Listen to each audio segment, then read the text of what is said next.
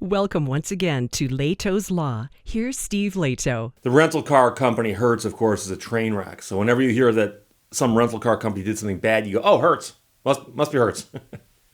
Not always. Scott sent me a note, said, Steve, check this out from WSB. TV2 out of Atlanta.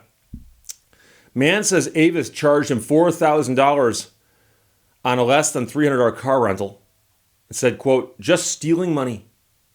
So the Georgia man's been fighting with the rental car giant for 5 months over thousands of dollars in rental fees for what was a one-day rental.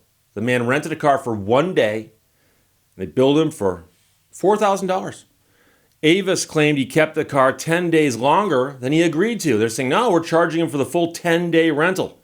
So the man called Channel 2 consumer investigator Justin Gray for help after the Avis store at Hartsfield Jackson charged him more than $4,000 on what was supposed to cost less than $300. The man said that after he disputed the extra charges, an Avis rep went and looked at surveillance video of the lot at the airport and confirmed that he had dropped the car off within 24 hours. So you'd think that's a one-day rental, but they still refused to refund all of the extra charges. So the TV station checked in, started making some phone calls, and got something to happen here. And again, this is one of those occasions where the media getting involved actually helps. It doesn't always help. And quite often when you call them, they're going to go, well, that's not really news. But this one, of course, where they accidentally overcharged him for 10 days, that's a story. Now, he said he just followed the instructions when he dropped a rental car off at the airport back in February. And it was supposed to be a 24-hour rental that was going to cost him $295. He was bringing his brother's belongings back to Georgia from Chicago after his brother had suddenly died. Within 16 hours, we had returned the car. But 2 weeks later, he got charged $4,000 more than he was expecting on his credit card. And that, of course, is a dangerous thing. You give them your credit card, they charge you. Later on, they can just charge the card again. So the $4,000, they said, that's for the extra days you kept it. Avis claimed that the man kept the car for an extra 10 days, but it's after he disputed that things got really crazy. Days later, Avis told the man they checked the surveillance video and saw that he did return the car. But they told him they were still only going to return half of his money. Okay, so we made a mistake. We'll give you half your money back. I'm not even sure how that would make any sense, like what the logic is behind that. The man says it's theft. They're just stealing money. That's all it is. On top of that, weeks later, Avis sent the man a letter saying they were adding another $450 charge because the car was dirty. Now, he's been fighting unsuccessfully with Avis for 5 months on this. But once Channel 2 Action News got involved, Avis finally decided to take a closer look at this. The man got his money back on Monday. Avis issued a statement to Channel 2 Action News saying, and I bet this is going to be good, based on a review of events, Avis has contacted Mr. Hagerman to apologize. We've refunded the cleaning fee and tolls and adjusted the rental fee. They adjusted it. They didn't correct it. They didn't fix it. They adjusted it. And again, I love being an analyzer of words because by saying they adjusted it, they're implying that both figures were correct. The previous wrong figure and the present correct figure. They could have said, we've corrected this, but that would be implying there'd been a mistake. We adjusted this. Makes it sound like, oh, well, that was correct also, but this is just an adjustment.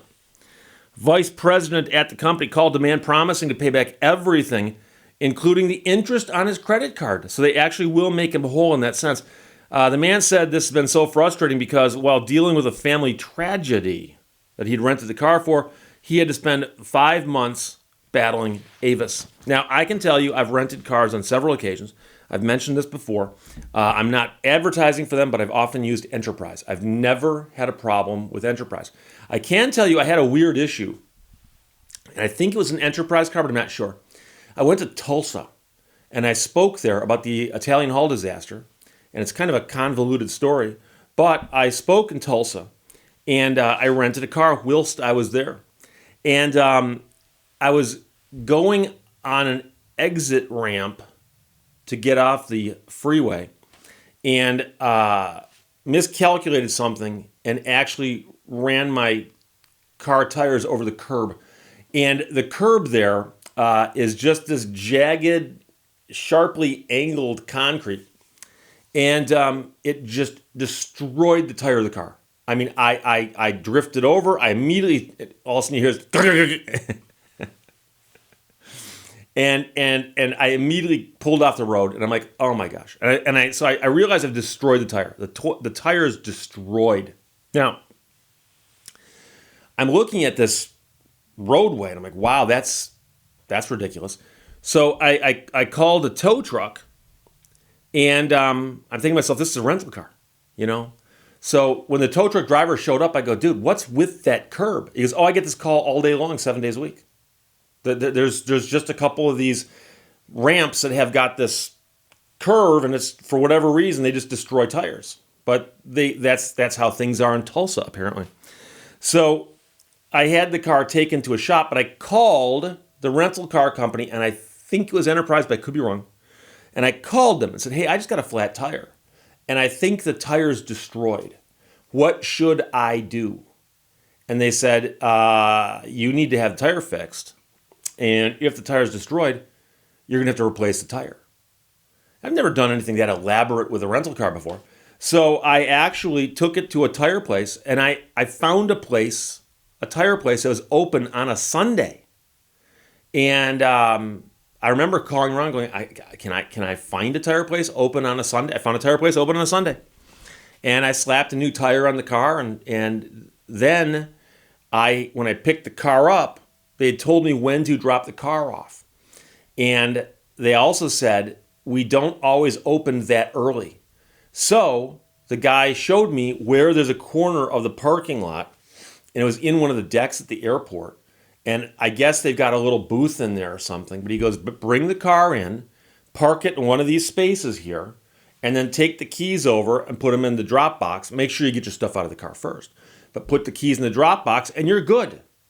And that always makes me paranoid. Because what happens if something happens to the car after I drop it off? Somebody comes by and keys the car. Sorry, Mr. Lehto, but you dropped the car off with paint damage. I mean, what would you do? You know, now there might be security cameras. There might be. I don't know. There might be. And I remember at the time thinking to myself, and what if they decide that I put too cheap of a tire on there? But I mean, I matched the tires that were on the car, but nothing happened. Nothing happened. So I have not been hit by a surprise fee like that, in particular with connection to a rental car. But that thought passed through my mind. And I've dropped other cars off at Enterprise, and the guy walks around the car and he's got the little handheld thing, and he hits it and he prints out a receipt and hands it to you. And I've always felt better as they hand that thing to you saying, car was dropped off, no damage, here's your final charge. Because I think if they were to come back later and say, we found something wrong with the car, you could hold that piece of paper up and say, but I got this piece of paper from your guy or gal saying the car was dropped off in fine condition. And again, if they wanted to, they could say, well, our guy made a mistake. We still got your credit card. We're going to run your credit card. And then you get in a debate and a dispute with your credit card company and the rental car company. So it's cool that this worked out. And it did work out, but it took them 5 months to get that straightened out. And their first solution was, we'll give you back half your money.